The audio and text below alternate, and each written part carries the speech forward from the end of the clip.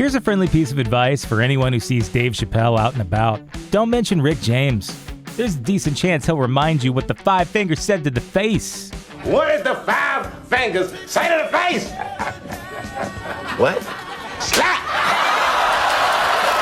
Although a short-lived Comedy Central series, Chappelle's Show became an instant hit and one of the best-selling TV shows released on DVD. There's plenty about the show that even the most dedicated fans may not know. Here's the untold truth of Chappelle's Show.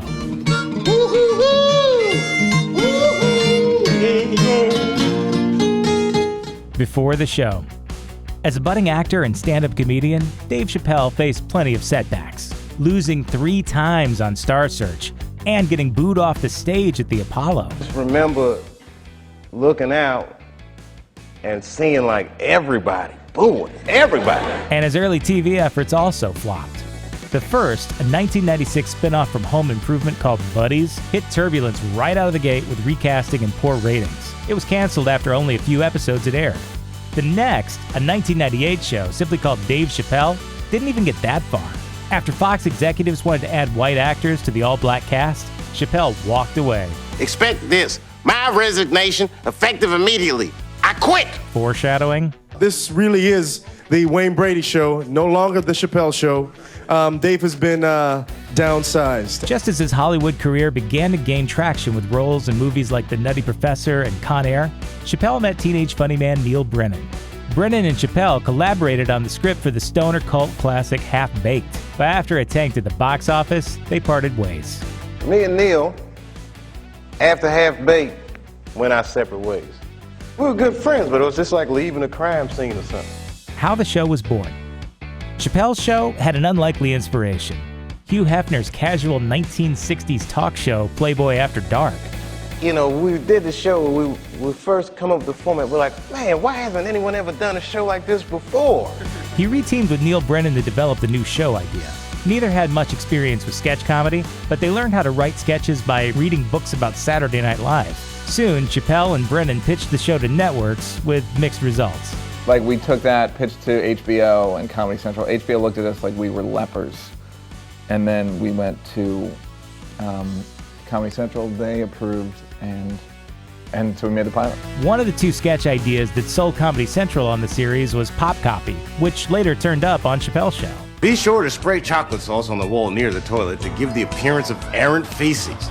This will ensure that any customer who uses our restroom will never, ever return to one of our stores. Clayton Bigsby. The pilot episode of Chappelle's Show included what has become one of the most famous sketches in sketch comedy history.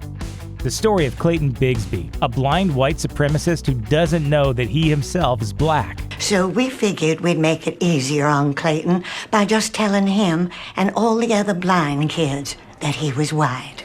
And he never questioned it. Why would he? Perhaps the craziest part? Clayton Bigsby was actually based on a real person, Dave's own grandfather, who was not only of mixed racial heritage, but also blind. Brennan told Vulture that the day Martin Luther King got shot, apparently Chappelle's grandfather was on a bus and a bunch of black dudes came up to him and were like, "What are you doing on this bus, cracker?" And Dave's grandfather apparently thought, "Man, this cracker's in a lot of trouble," before he realized, "Oh, I'm the cracker." Truth is stranger than fiction. And we can, Nate, talk about white brotherhood. Thank y'all for coming. White power! He's Rick James, sort of. Chappelle's impersonation of R&B legend Rick James became instantly iconic. I'm Rick James, bitch. Enjoy yourself. But he began hearing the character's catchphrases thrown back at him, often during the worst possible moments. It happened during an infamous stand-up performance just weeks after the season 2 finale aired, prompting Chappelle to blast the crowd for their stupid behavior. He considered his stand-up to be the central element of his career and told the audience, "This show is ruining my life. It's almost enough to wish you were someone else." Charlie Murphy! That was cold-blooded! Jumping ship. Comedy Central offered Chappelle a whopping $50 million to make seasons 3 and 4 of Chappelle's Show. I'm rich, bitch! He accepted, but it wasn't long before he hit a wall with a sketch about magic pixies who encourage people to live up to racial stereotypes. I'll have a fried chicken. Thank you. Fried chicken. I need some music for this.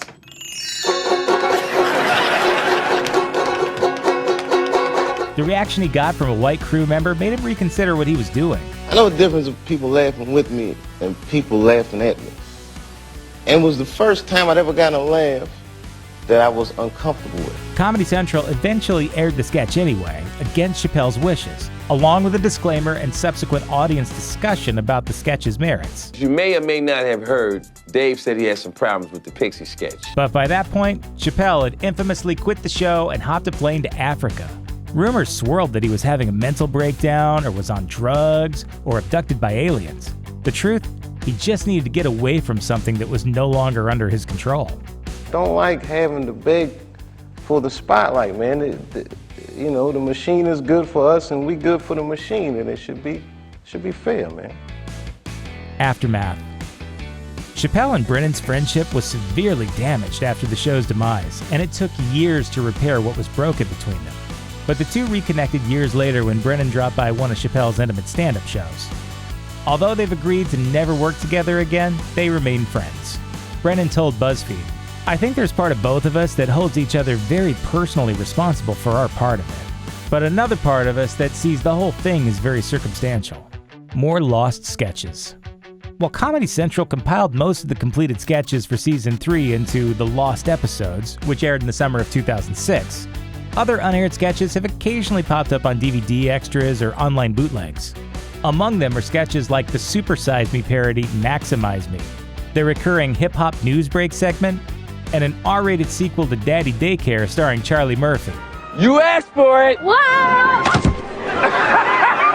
And music fans can also track down rare performances by John Legend, Dead Prez, and the Beastie Boys, among others. And let all the party people feel the beat!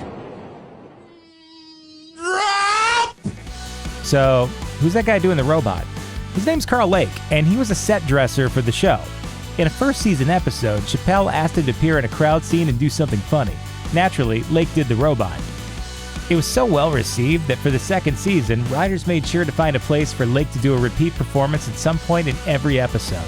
One thing's for certain, if Dave Chappelle ever brings his show back, we hope he plans to bring Lake with him. Help us, robot, help us! Grab us, robot, help us! Thanks for watching. Subscribe to our YouTube channel to watch more videos like the one you just saw. And leave us a comment to let us know which Chappelle Show sketch was your favorite.